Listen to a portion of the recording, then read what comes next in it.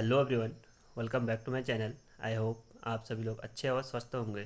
तो आज हम डिस्कस करेंगे क्लास 10th में फर्स्ट चैप्टर जो हमारा केमिस्ट्री में केमिकल रिएक्शन एंड इक्वेशन में। इसमें हम एनसीईआरटी के एग्जाम्पलर को डिस्कस करेंगे।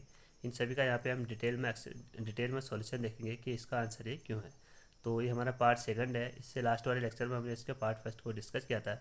यहाँ पे हम अभी एमसीक्यू वाले क्वेश्चन को डिस्कस कर रहे हैं। इससे लास्ट वाले लेक्चर में हमने 1 to 10 क्वेश्चन को डिस्कस किया था। तो आई होप आप सभी ने वो क्वेश्चन ध्यानपूर्वक देख लिए होंगे। तो यहाँ से देखो, क्योंकि जो केमिकल रिएक्शन एंड इक्वेशन है ये साइंस का ऐसा टॉपिक है जहाँ से आपके एमसीक्यू में टोटल आपके 18 एमसीक्यू होते हैं। उसमें से 2 एमसीक्यू इसमें से हर बार पूछे जाते हैं। एटलीस्ट टू एमसीक्यू तो इस बार एटलीस्ट 2 एमसीक्यू तो इस चैप्टर से हर बार आपके पूछे जाते हैं। ठीक है, तो पढ़े वही जो एग्ज़ाम में आइए।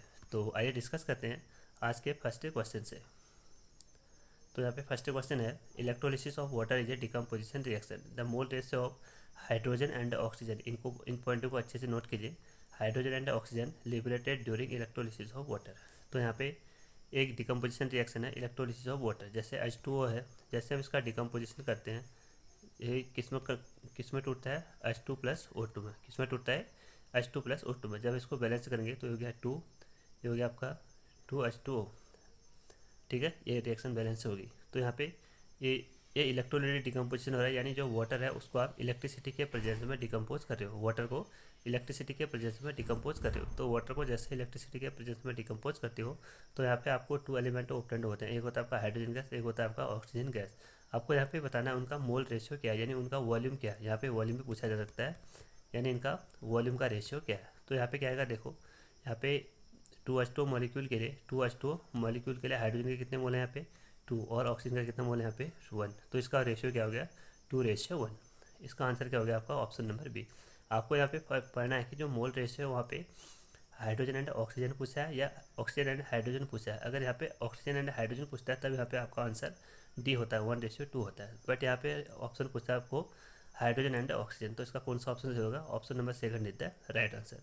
अगर यहाँ पे पूछता है मास का रेशियो, अगर यहाँ पे पूछता है इसका मोलर मास का रेशियो, मोलर मास का रेशियो इसका क्या आता है, देखो 2H2O है, तो यहाँ से आपको क्या मिल रहा है 2H2 + O2, 2H2 + O2। तो ये हो गया आपका 4 और ये हो गया आपका 32। ये कितना हो गया आपका 32। तो यहाँ से रेशियो क्या आ गया 1:8। यहाँ से रेशियो क्या आ गया आपका 1:8, यानी यहाँ पे हाइड्रोजन का रेशियो आपका 1 और हाइड्रोजन का मोलर मास का रेशियो 1 और ऑक्सीजन का मोलर मास का रेशियो यहाँ पे 8। तो आई होप आप सभी को ये दोनों रेशियो समझ में आ गए होंगे। ये यहाँ से आपके हर बार एग्जाम में क्वेश्चन बनते हैं।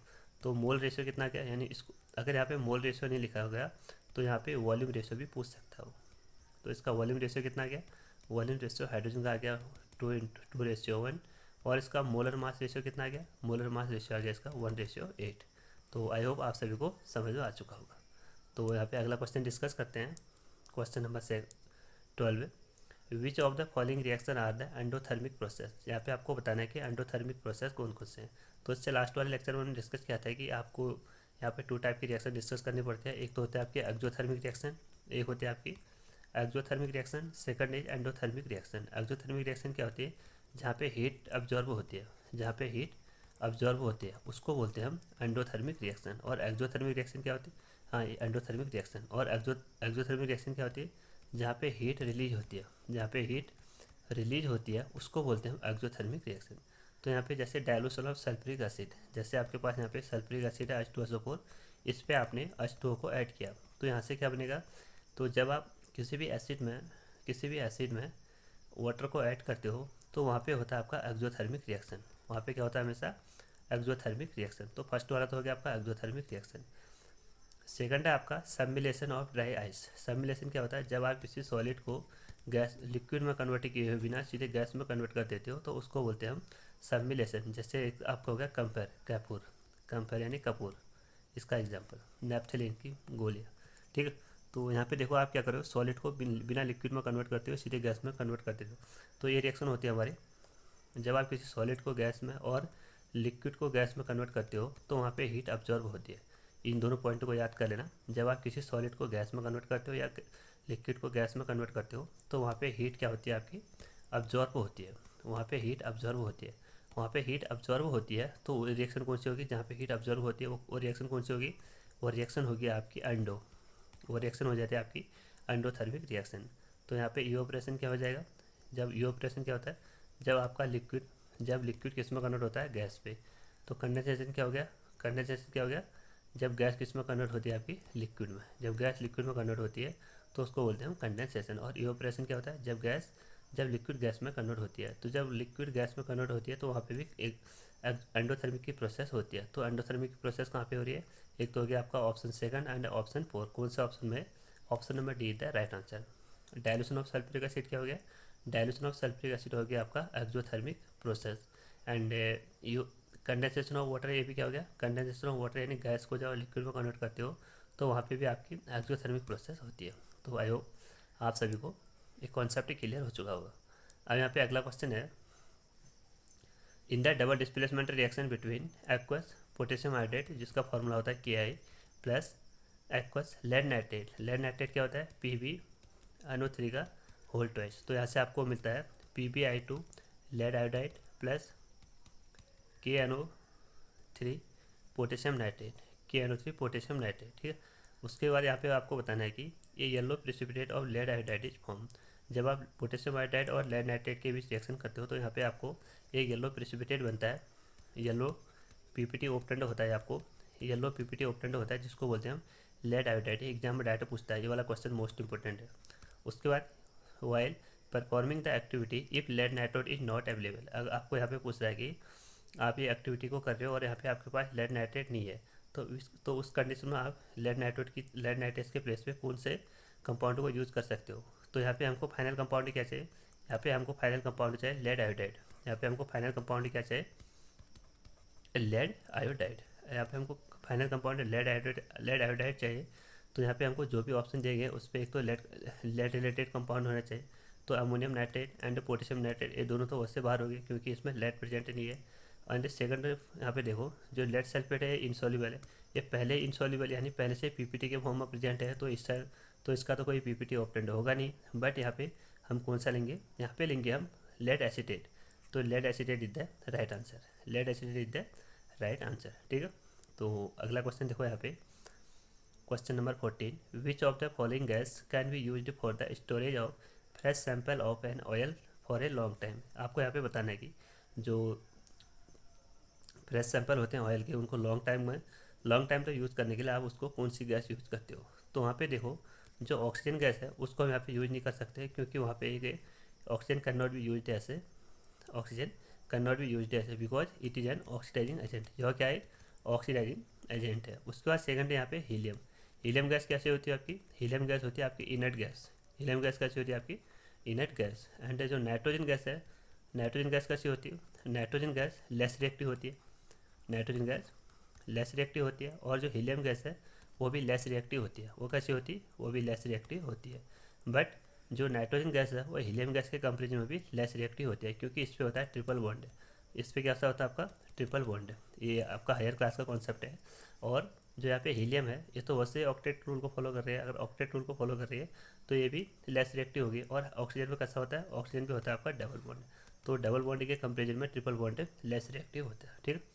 तो आपने देखा होगा जो भी आप पैकेट वगैरह यूज़ करते हो, जो भी आप जो चिप्स वगैरह के पैकेट यूज़ करते हो, कुरकुरे चिप्स के वगैरह के पैकेट, जो उसमें एयर प्रेजेंट होती है वो आपकी नाइट्रोजन की गैस में प्रेजेंट होती है। वो नाइट्रोजन गैस प्रेजेंट होती है।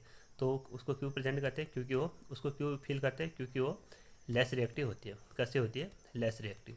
तो इसका कौन सा आंसर से हो गया, answer number D is the right answer. उसके बाद यहाँ पे अगला क्वेश्चन है, the following reaction is used for the precipitation of oxygen gas in the laboratory and which of the following statement are correct about the reaction.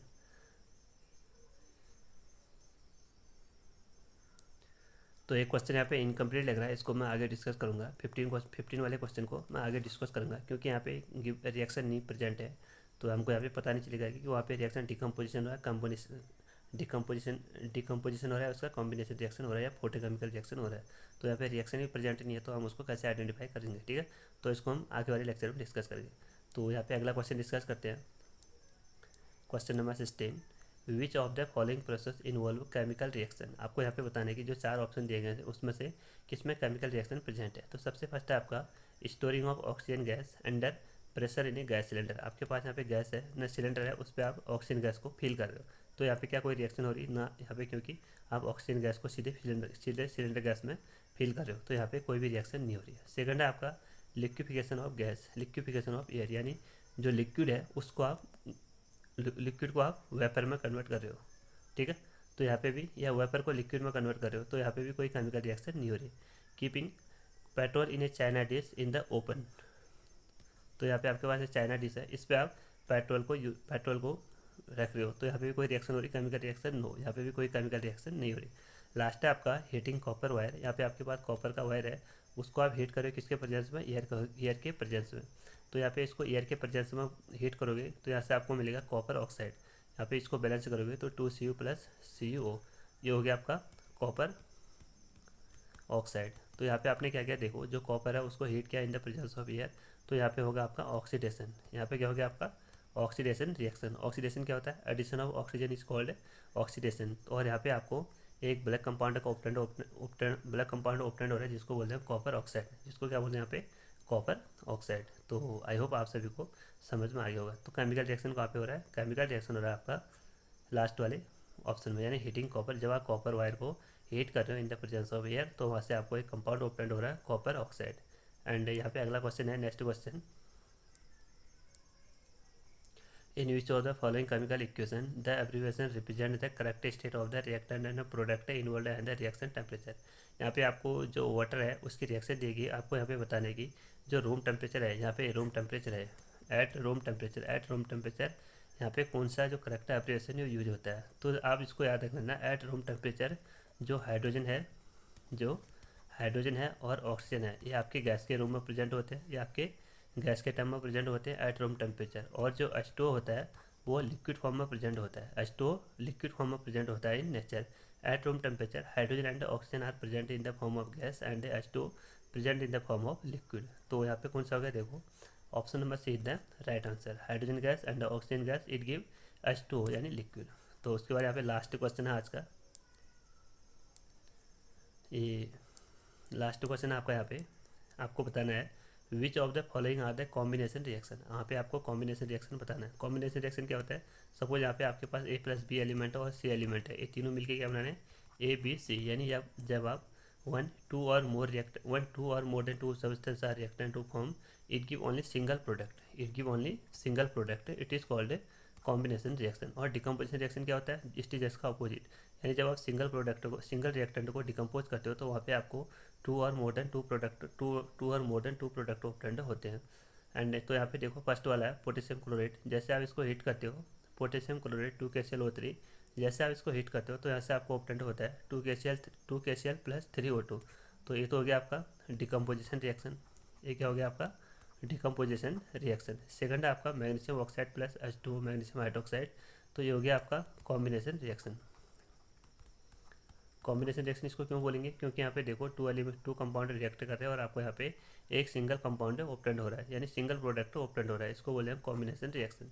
उसके बाद option number third है aluminium plus oxide is give aluminium oxide. तो यहाँ पे भी दो element combine हो रहे हैं, यानी दो कंपाउंड कंबाइंड हो रहे हैं और यहाँ पे भी आपको कॉम्बिनेशन रिएक्शन दे रहे हैं। तो अभी तक ऑप्शन सेकंड और थर्ड के आगे आपके सही आंसर है। बट लास्ट है आपका zinc sulphate plus ferrous zinc and ferrous sulphate, iron sulphate. तो यहाँ पे क्या हो रहा है, जिंक मोर रिएक्टिव होता है तो आयरन को डिस्प्लेस कर देता है। अगर आयरन को डिस्प्लेस कर देता है यहाँ से क्या होगा, यहाँ से आपको जिंक सल्फेट मिलेगा और आयरन मिलेगा। तो यहाँ पे कौन सी रिएक्शन होगी, ये रिएक्शन होगी आपकी सिंगल डिस्प्लेसमेंट रिएक्शन। बट आपको यहाँ पे बताना है कॉम्बिनेशन रिएक्शन। मैंने आपको यहाँ पे जो चारों ऑप्शन दिए गए उसमें बता दिया कि किसमें किस टाइप की रिएक्शन प्रेजेंट है। तो कॉम्बिनेशन रिएक्शन यहाँ पे कौन कौन से हैं, option number second and third. तो option number second and third is the right answer. तो आई होप आप सभी को आज के क्वेश्चन समझ में आ चुके होंगे। तो अगर आप इस चैनल पे नए हो तो चैनल को जरूर सब्सक्राइब करें और अपने दोस्तों के साथ ज़्यादा से ज़्यादा शेयर करें। Thank you.